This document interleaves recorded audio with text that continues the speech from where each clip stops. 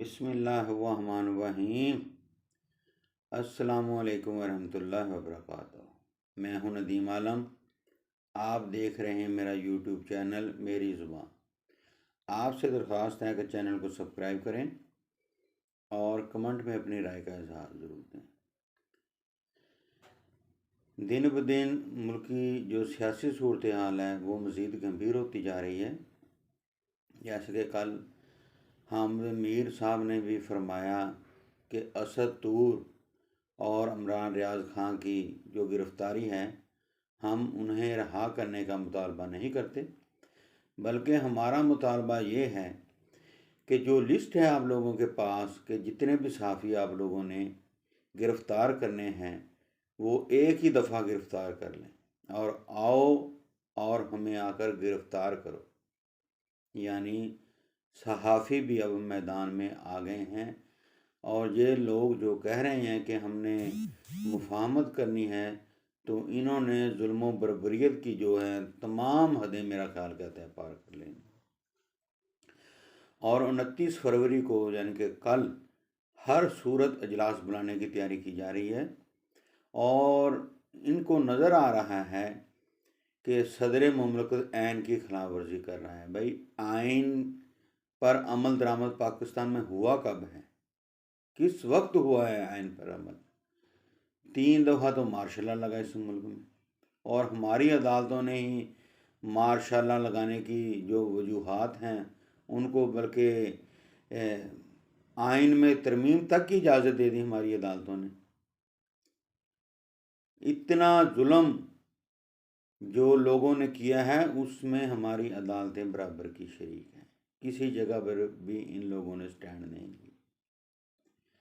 आपने देखा होगा कि खैबर पख्तूनख्वा में और पंजाब में इलेक्शन करवाने का 90 दिन में सुप्रीम कोर्ट ने फैसला किया, तो उस पर अमल दरामद नहीं हुआ। ये आइन की खिलाफ वर्जी नहीं है, एक लंबी लिस्ट है आइन की खिलाफ वर्जी करने की। अगर इसी किस्म की हरकतें नहीं तो अवाम में जो लावा पक रहा है, गुस्से की जो कैफियत है वो बहुत ही मुल्क को बहरान में लेके चले जाएगी। निज़ाम के ख़िलाफ़ अवाम का जो गुस्सा है वो बहुत ही बढ़ रहा है। रही सही कसर ये मोहसिन नकवी जैसे लोगों ने जो गुमाश्ते हैं इन्होंने पूरी कर दी है।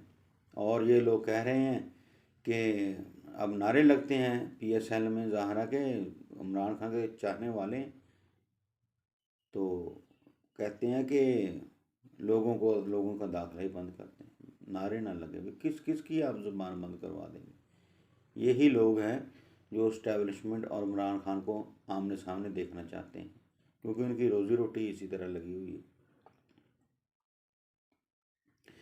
और जो कई दानिश्वर हैं वो अब ख़ासकर आप TV चैनल्स में देखें, वो कहते हैं शुरू से ही धांधली ऐसे हो रही है।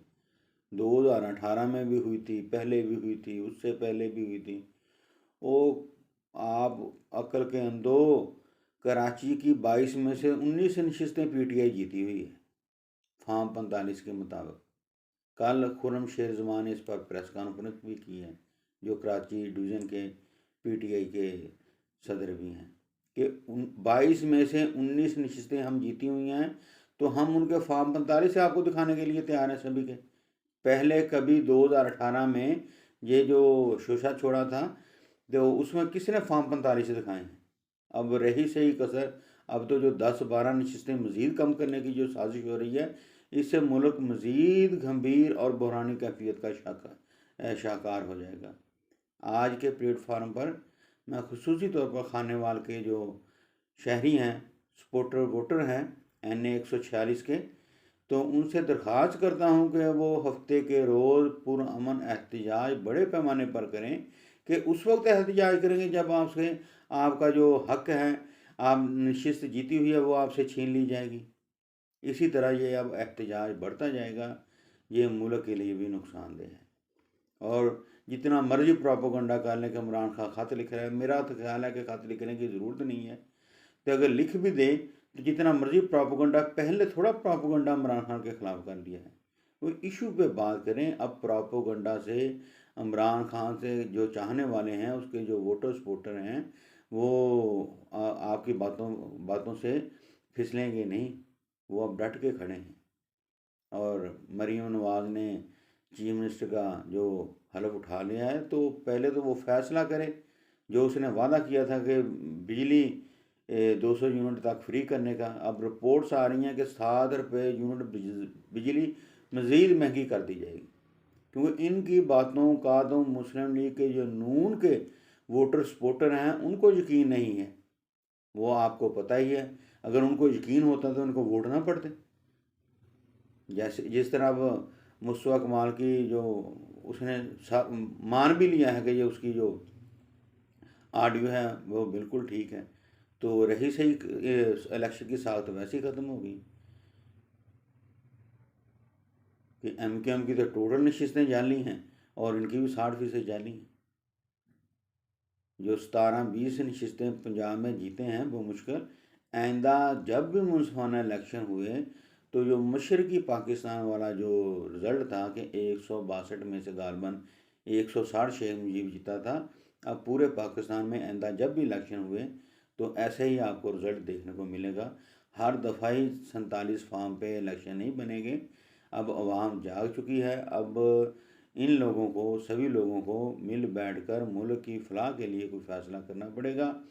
और इस्टेब्लिशमेंट को लड़ाने के लिए PTI के साथ कुछ लोग मुतहर्रक हैं, और हमारी जो इस्टेब्लिशमेंट है फ़ौजी, जो मुल्क की खैर खा भी है और हिफाजतों की भी ज़मानत ज़ामन है, तो उनको भी इस बारे में अब गौर करना चाहिए कि आया कि कहीं उनके ख़िलाफ़ ही कोई साजिश तो नहीं कर रहा। हमारी ये ISI और MI ने ही हमें बताया था कि नवाज़ शरीफ वॉल्यूम 10 में नवाज़ शरीफ के असासे कहाँ कहाँ हैं, और जरदारी साहब के ज़ाहिर बलोच के साथ क्या ताल्लुकात हैं, और ज़ाहिर बलोच के कुलभूषण यादव के साथ क्या ताल्लुकात हैं, और अयान अली और अपना जो शर्जील मेमन है, इनकी सारी जो करतूतें हैं, जो हमारी भाई ISI ने, हमारी इस्टेब्लिशमेंट ने हमें बताया है। अब हमें ये बताएं कि पहले उन्होंने अगर झूठ बताया था तो जिन लोगों ने, जिन अफसरान ने ये JIT बनाई और उसमें ये सबूत पेश किए हैं, तो पहले तो उनका कोर्ट मार्शल किया जाए ना, फिर हमें कुछ यकीन आ जाएगा। अगर वो अपनी बातों पे सच्चे हैं तो खुदा के लिए इन लोगों पर, पाकिस्तान पर मुसल्लत करने की कोशिश ना करें। सबसे बड़ी, इससे बेहतर है कि आप लोग मार्शल को अवाम कबूल कर लेंगे। अब नवाज़ शरीफ और जरदारी से अवाम की इतनी नफ़रत बढ़ चुकी है कि इनको अवाम कबूल नहीं करेंगे, आप जो मर्ज़ी कर लें। ये मेरी रिक्वेस्ट है आपके साथ। आपका बहुत बहुत शुक्रिया।